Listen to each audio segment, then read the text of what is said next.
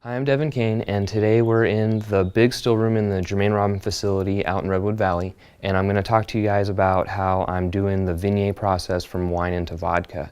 And I'm doing it very different than brandy or whiskey or anything like that. And the main difference is I'm putting my wine in, and I'm getting my wine up to boil.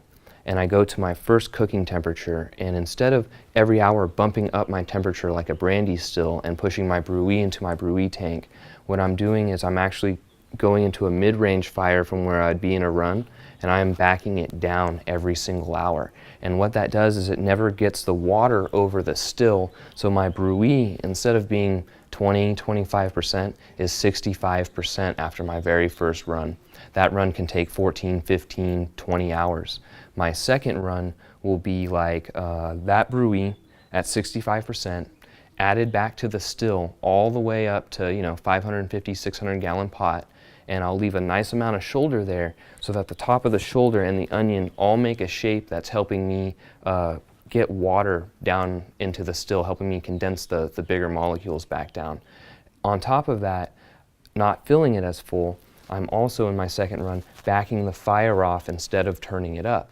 And so every hour, as that percentage would go down naturally, I back my fire down so that my percentage stays the same, and I hover about 90%, 85%, and then by the time I get down to about 70%, I do my cut. And what that enables me to do is catch a tails tank that is over 65% again, and it makes it so that my tank of O to V is, more than probably 80% when I'm done. The highest I've ever gotten is 85, and I've never really seen it higher than 86. But the whole point of all of that process is when I'm finally going into the Holstein, I want to put as little liquid in there as possible. I want to eliminate as much water as I can.